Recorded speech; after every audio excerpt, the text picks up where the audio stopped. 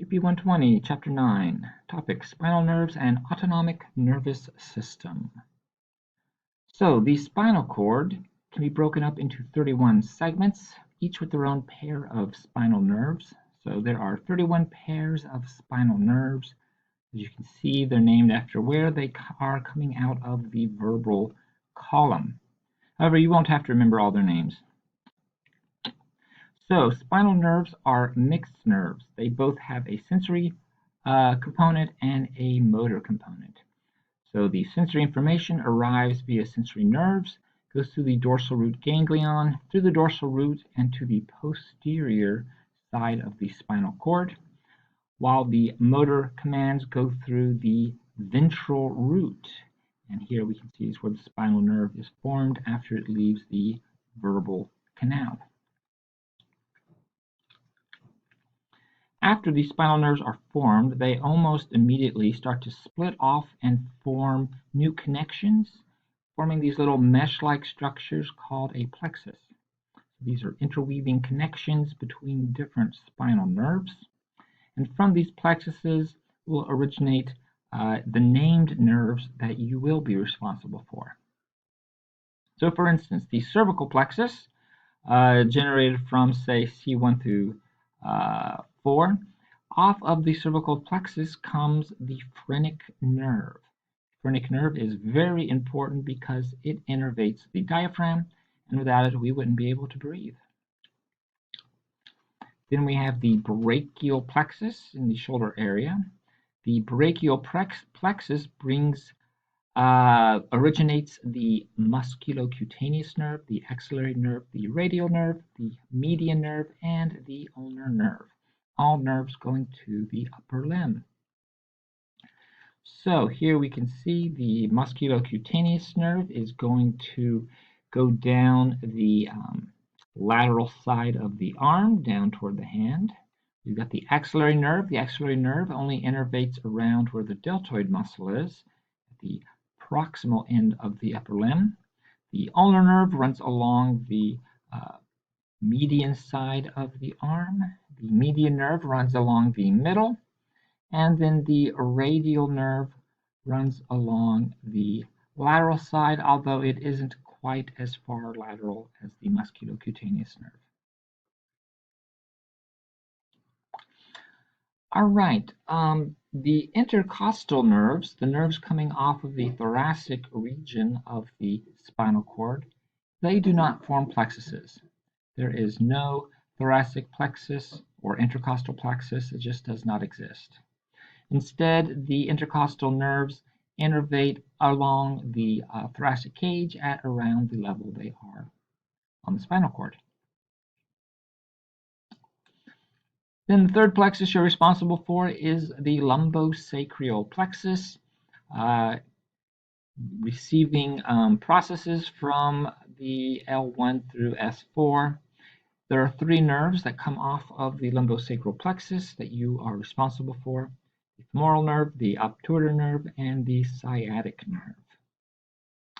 The obturator nerve is a small nerve, and it goes and innervates the gluteal region as well as the adductor or medial region of the thigh. The femoral nerve innervates the front portion of the thigh and then runs down the medial side of the leg.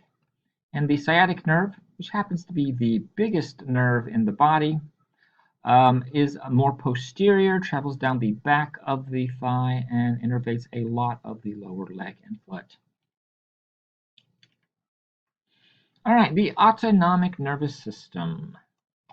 So the autonomic nervous system is tasked with controlling various activities that we do not consciously think about. So these are activities that occur without us having to think about it.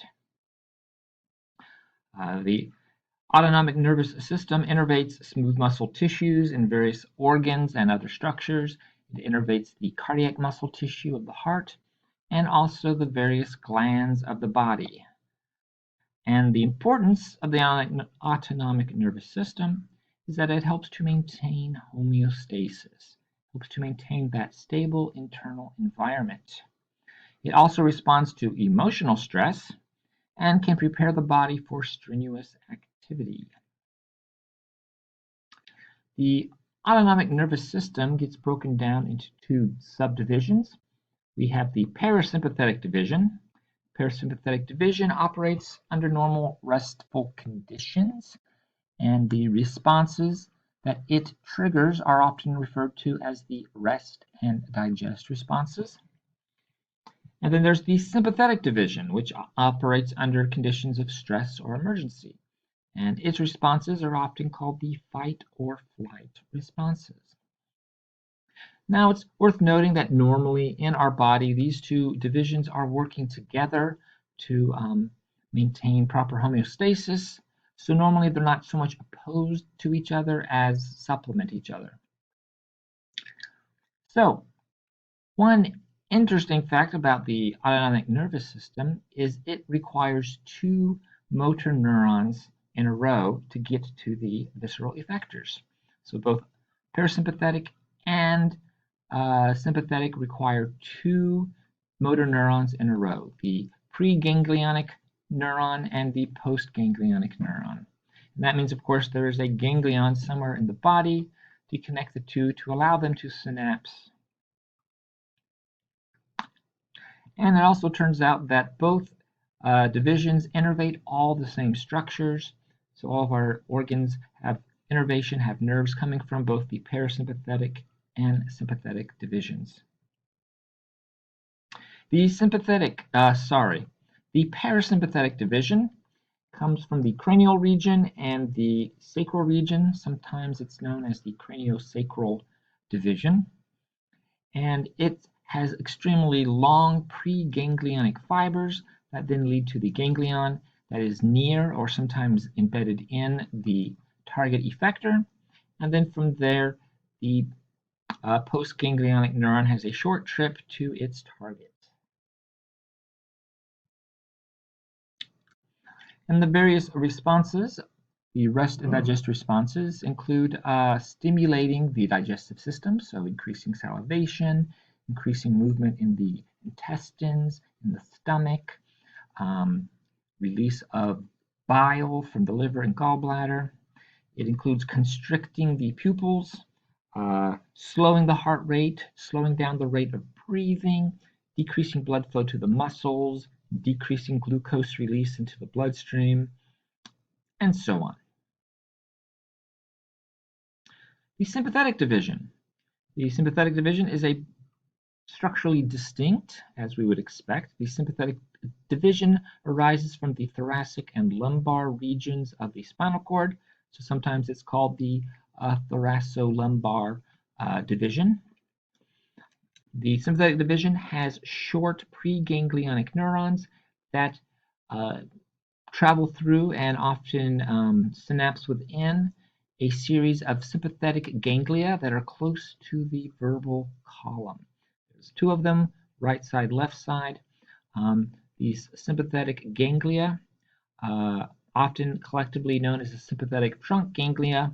So all preganglionic neurons have to enter this structure. And then from there, they will synapse with the postganglionic neurons, which will have a very long trip to get to their target effectors. So short preganglionic neurons, long postganglionic neurons.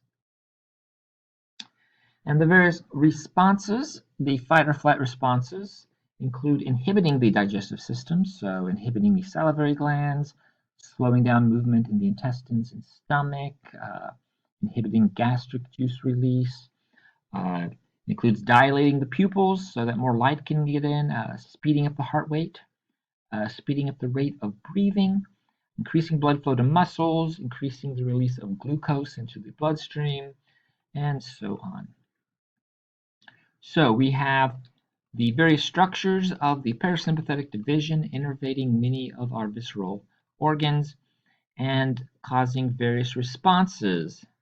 And then we have the sympathetic division with its nerve structures innervating the exact same viscera, the exact same structures, but causing the opposite effect.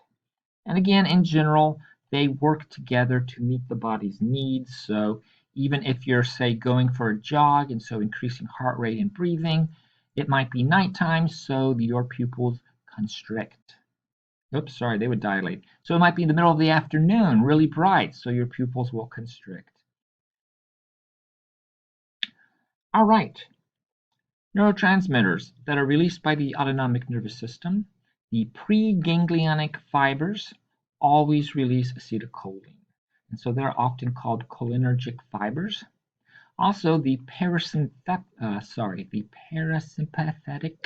postganglionic fibers also release acetylcholine, so they're also cholinergic fibers. The sympathetic postganglionic fibers, so the fibers going from the sympathetic ganglion to their target structures, they release norepinephrine, which we know is a type of adrenaline, and so they're often called adrenergic fibers because they release adrenaline, norepinephrine. So that makes the sympathetic postganglionic fibers a bit different. Also means that all the structures that the sympathetic division innervates will respond to norepinephrine or adrenaline. Overall, there are different neurotransmitters out there, and they have different responses, some excitatory, some inhibitory. But of course, if you release adrenaline because you're scared, this will trigger all of the sympathetic division's responses. And this is why when someone is really scared or really angry, the sympathetic division can become the main overwhelming set of responses for the body. Again, they're responding to norepinephrine, which is a type of adrenaline. All right, and that's it for this chapter.